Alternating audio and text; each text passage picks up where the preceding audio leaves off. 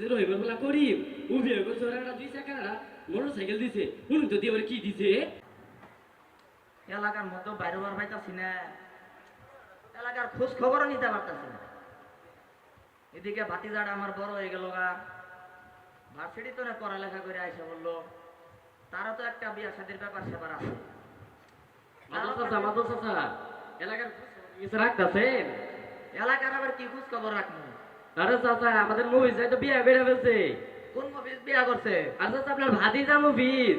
হ্যাঁ ও চাচা আমার ভাতিজা মফিজ বিয়া করে ফেলাইছে। ও চাচা বিয়ে করে ফেলাইছে। দেখছে কামটা কি করছে। তারে আমি ছোটবেলা তো নেই লাইলা বাইলা বড় করলাম। তার বাপটা যখন অসুখ হইলো আমি হাসপাতালে নিয়ে গেলাম। ডাক্তারে তার বাপেরে দেখে বললো তার এই করুণ অবস্থা, তার আর বেশি সময় নাই। এখন তো কি করার? তার বাপে আমার হাতে ধরে বলল, বড় ভাই আমার একমাত্র বলা মফিজ, আমার মনে খুব আশা ছিল তারে আমি বড় বিশ্ববিদ্যালয়ে পড়ামু, স্কুল কলেজে পড়ামু, উচ্চ শিক্ষায় শিক্ষিত করমু। আমার দ্বারা মনে হয় আর তা হইব না। কাজেই আমার একমাত্র ছেলে মফিজের সকল দায়িত্ব আমি তোমার হাতে তুলে দিয়ে গেলাম, তুমি ওর একটু দেখে রাখো। আর এই সারা কামটা করলো কি আমার না জানাই বিয়ে করে ফেলাইলো। এটা কোনো কাম হইলো? হ্যাঁ, এটা কোনো কথা? আল্লাহ গো কামটা সারছে রে। চাচা যেই খেবা দিছে আজকে মুভিজের খবর আছে, আমি ডাক্তারি ভাগি কেরা রে ওটা মুভিজ যাই না। ও ভাই তো দেখা যা চাচা তো খবর দেখ নাকি। ও চাচা আবার কি হইলো? এ চাচা মুভিজ যাই দেখাইলাম। কই দেখলি? এই যে রাস্তার মধ্যে আইডা আইডা আইতাছে। আসলে এইটাছে? ও চাচা ল আজকে মফিজের খবর আছে। ও চাচা আইনাছে মুভিজের খবর আছে। আজকে জামাই বাবাজি, জি বাবা বলেন। তোমার একটা কথা বলতে চাই। জি বলেন। কথাটা হলো, আমি আমার মেয়েকে ছোট তো নেই, অনেক আদর যত্ন করে বড় করেছি। তারা আমি কোনোদিন কোনো প্রকার কষ্ট দেই নেই। তোমার কাছে একটা অনুরোধ হইলো যে বাবা তুমি কোনোদিন আমার মেয়েকে কোনোদিনে কষ্ট দিও না। এই বিষয়ে আপনি কোনো চিন্তাই করেন না। ঠিক আছে বাবা চলেন। চলো। এই কেরা রে এটা? মফিজ নাকি? জি চাচা আপনি এখানে? শুনলাম তুই নাকি বিয়ে করছস। জি চাচা। তো বিয়ে করছস আমার একটু জানানোর প্রয়োজন মনে করলি না? আমি তোরে ছোটবেলা তো লাইলা ভাইলা বড় করলাম, আমার কি মনে কোনো আশা নাই? তোরে এত উচ্চ শিক্ষায় শিক্ষিত করলাম, বড় বড় স্কুল কলেজে পাশ দেওয়াইলাম, আমার কি মনে কোনো আশা নাই? আমার তো মনে আশা ছিল তোরে একটা বড় করে বিয়ে করামু, লাখ লাখ টাকা যৌতুক দিব, বড় গাড়ি দিব, বড় বাড়ি দিব। হ্যাঁ, এটা কোনো কাম করছস?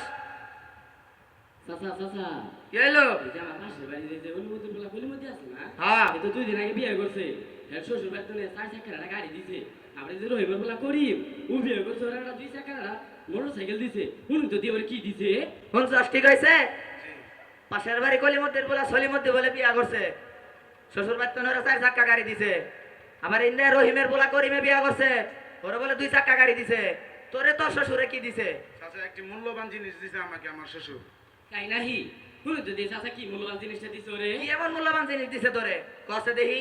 চাচা একজন পিতা তার কলিজার টুকরা সন্তানকে আমার হাতে তুলে দিছে, একজন ভাই তার ছায়াকে আমার হাতে তুলে দিছে, আর একজন বোন তার সাথীকে আমার হাতে তুলে দিছে, আর একজন মা যার কাছে চাইলে দুনিয়ার সব কিছু দিতে সে রাজি হয়ে যায় কিন্তু তার সন্তান দিতে রাজি হয় না, সেই মা তার সন্তানকে আমার হাতে তুলে দিছে।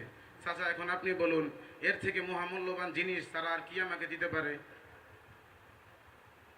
সত্যি জামাই, তুমি যে চিন্তাটা করেছো, তোমার মতো এই চিন্তা যদি সমাজের প্রত্যেকটা মানুষ করতো, তাহলে আজ সমাজের কোনো বাবার মেয়েকে এই যৌতুকের কারণে নির্যাতনের শিকার হতে হতো না।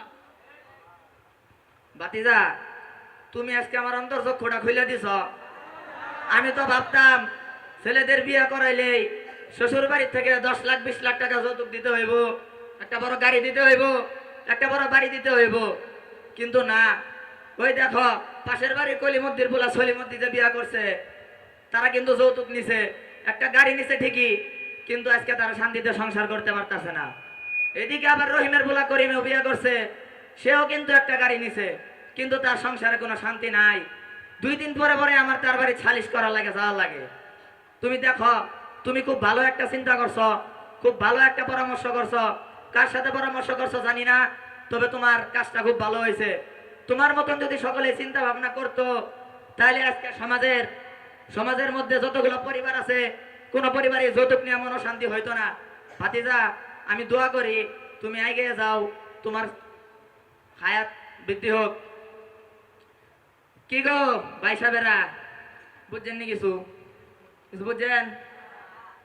আপনি রগে আমার মতন ভুল ধারণায় আছেন নাকি? যে বিয়ে করবেন 10 লাখ 20 লাখ টাকা যৌতুক নিবেন, গাড়ি নিবেন এত বড়, বাড়ি নিবেন এত বড়, এটা কিন্তু হইব না। আপনারা যদি এই ভুল ধারণায় থেকে থাকেন, চিন্তা মাথার না যারা ফেলাই দেন, বুঝছেন? যৌতুক মুক্ত বিয়ে করেন, বউ নিয়ে সুখে শান্তিতে সংসার করেন, ঠিক আছে? আসসালামু আলাইকুম।